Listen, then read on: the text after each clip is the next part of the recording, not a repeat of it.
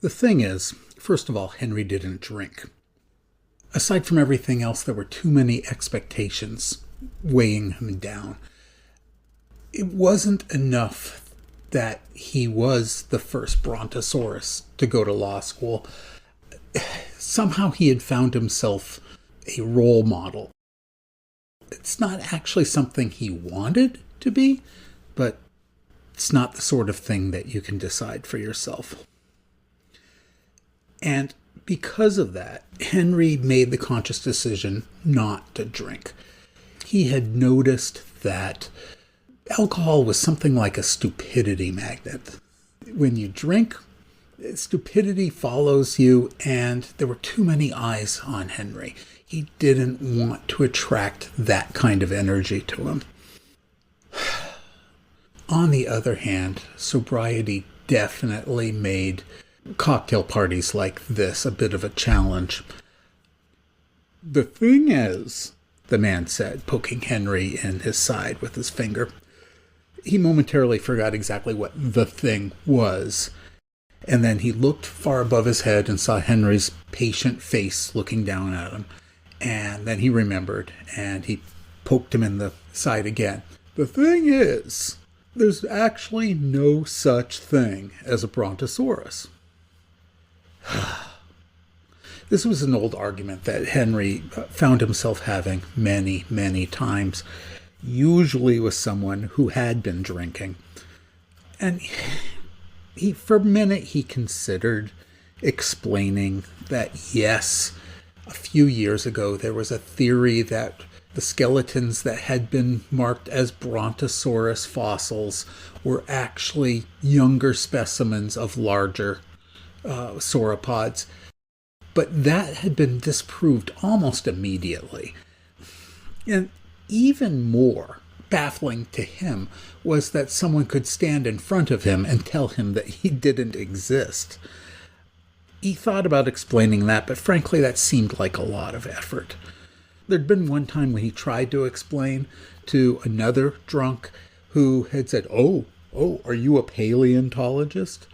And Henry had tried to explain that no, he wasn't a paleontologist, but he was a Brontosaurus. But the more facts he presented to this particular man, the grumpier the man got. And Henry just didn't have that kind of energy today. In fact, Henry probably wouldn't have come to a party like this except for his mentor, who told him that he really needed to get out and make social contacts. If he was going to be a lawyer, a Brontosaurus lawyer, he was going to have to be able to draw on the social capital that he'd built over the years with people. Being a good lawyer involves presenting an image of geniality. Quirky neckties helped, but they weren't enough on their own. And so Henry came to parties like this and mingled and smiled patiently through the dumb jokes and eventually learned to make the dumb jokes. And he felt like, brick by brick, almost like he was building with Legos, he was building a structure for himself, a social structure. And yet, he really didn't feel like being at this party. It had been a trying day. People could be tiring on the best of days, and today he kept running into people that thought they were funny. There's the usual Flintstones jokes, and then frat boys loved to point into the sky and shout, "Meteor!" And it's not like Henry ever actually thought that there was a meteor coming. But these jerks had worked on their timing, so they always waited until he was fumbling with an armful of books and trying to answer his phone. And today, all his books had landed in a puddle, and the staff at the library were starting to lose their sense of humor about him bringing wrinkled, damp law books back to them. So here he was, nodding, smiling, laughing at dumb jokes, and That's when he saw her. Oh, she was beautiful, gloriously, heart-stoppingly beautiful.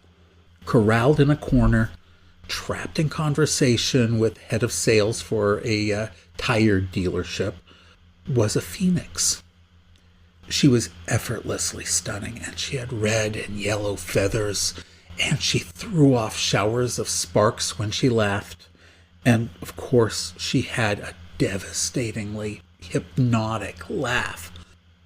So, without any conscious thought, Henry excused himself from conversation with the no such thing as a Brontosaurus man and went to rescue her. Henry had himself been trapped in conversation with Walter, the tire guy, and he was unable or possibly unwilling to understand the finer points of nitrogen inflation, and he couldn't imagine that this beautiful creature was any more interested in it than he was.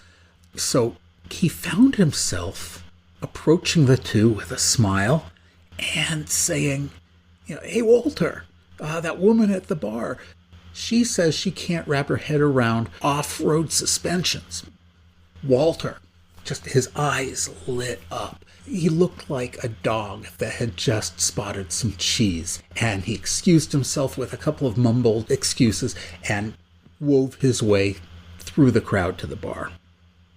Now, Henry found himself alone with this gorgeous phoenix, and she looked at him and she smiled, and the world stopped, and she said, "Oh, my hero." And Henry felt his heart stop, but somehow he remembered the very basics of communication, and he introduced himself. "Hi, I'm Henry," and it wasn't the most original introduction, but it had the advantage of being mostly true.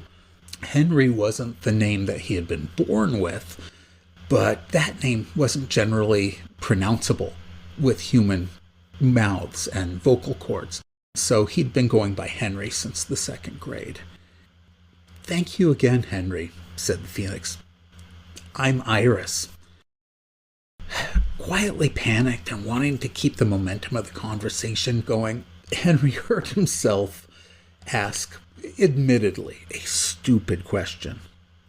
"So, are you actually from Phoenix?" That got him a well-deserved eye roll. "Tampa, actually," Iris said, not unkindly. Things became a little more relaxed after that. Iris asked Henry what he did. He told her that he was in law school at Notre Dame. He asked her what she did. She was a junior associate at a literary agency. And then it was Iris's turn for a dumb question. "So, have you always been a Brontosaurus?" she asked. Henry, with a completely straight face, said, "No, I started out as a hamster, but I did a summer internship in Europe, and I decided to make the change." And Iris, her eyes got as big as saucers, and she said, "Really?" Henry cracked a smile. "No, not really. It doesn't actually work that way. Species is pretty much non-negotiable." And then he admitted that, that was somewhat ironic, as he was hoping to get into import-export law, which was almost nothing but negotiations. Strangely and encouragingly, Iris found this fascinating. Henry, encouraged, asked if he could get her a drink. Iris said, "Well, I don't really drink very often. The whole alcohol and flames thing, it doesn't work well most of the time." Henry acknowledged that made very good sense, and he explained his stupidity magnet idea. And at that point, Iris started to think that maybe this handsome Brontosaurus was a keeper. After about 5 more minutes of conversation, they decided to go on a date. Iris suggested barbecue at first, which had the advantages of live coals. But Henry, of course, was vegan, and needed to eat something in the neighborhood of 25 kilos of ferns and ginkgo leaves every day. So barbecue was a non-starter. Eventually, they settled on square dancing. Years later, when Iris was the head of the PTA and Henry was a scoutmaster and the head of his bowling league, they would look back on this moment as the time when their lives changed forever. I mean, in one way, their lives didn't change. Henry had a successful but not terribly interesting career in the law, arguing tariffs and import quotas. Iris effortlessly charmed clients and climbed the rungs at her agency and eventually made partner. But in a bigger sense, over time, Henry and Iris came to realize that together, almost like building a structure from Legos, brick by brick, they had laid a foundation of good-natured isolation. They had built a life together.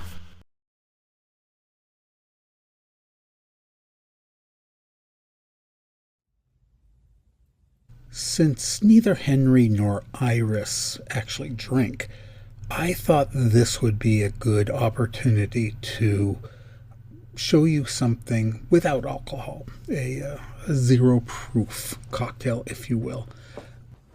So we're going to start, as we often do, with a little bit of lemon juice and fresh squeezed, of course.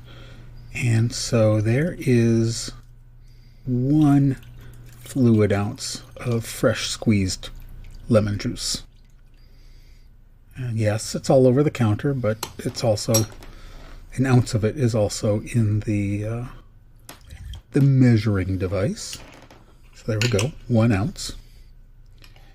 And to balance out that sourness, we're going to go with 1/2 ounce of homemade raspberry syrup. It looks a little clumpy, but that's okay because it's just raspberries and sugar. And there we go. And we'll take care of those clumps. And for a little bit, well, yeah, let's mix it up because that the acidity from the lemon juice will help break down the clumpiness of the raspberries. Now, to add a little more complexity, we're going to add some orgeat, which is an almond syrup that you usually find in tiki drinks. Okay, so we've got the lemon, we've got the raspberry, we've got the almond, and let's put some ice in to chill it. Chilling, chilling, chilling, chilling. Now, you may wonder why we're not using a shaker today. That will become apparent in just a moment. Okay, so club soda, plain seltzer. And let's open that up. And I'm going to add 4 ounces of plain seltzer. There's 1, 2,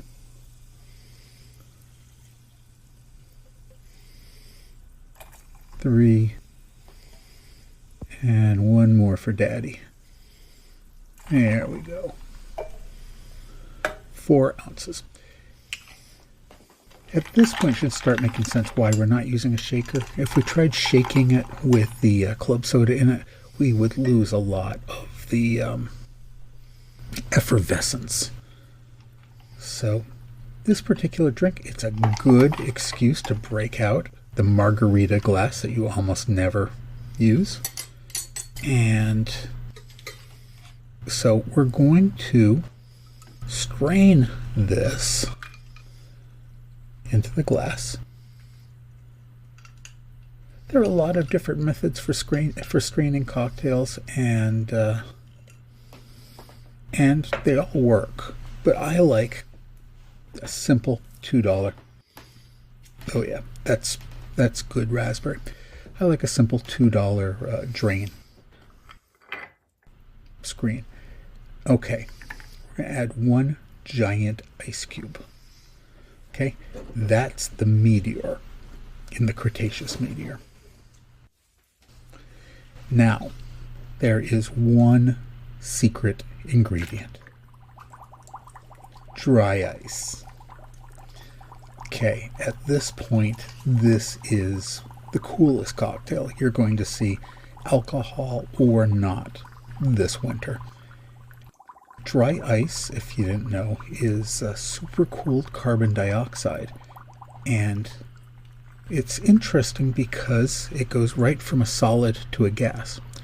Okay, this is a great drink because it lets you say, well, hello, can I serve you a bubbling, exciting cocktail? No, there's a better line. Give me just a second. Oh, yeah. Okay, let's try this. Excuse me, I saw you and my drink did this. Okay, yes, it'll probably get you an eye roll, but it might also get you a raised eyebrow. Anyway, this is a Cretaceous meteor.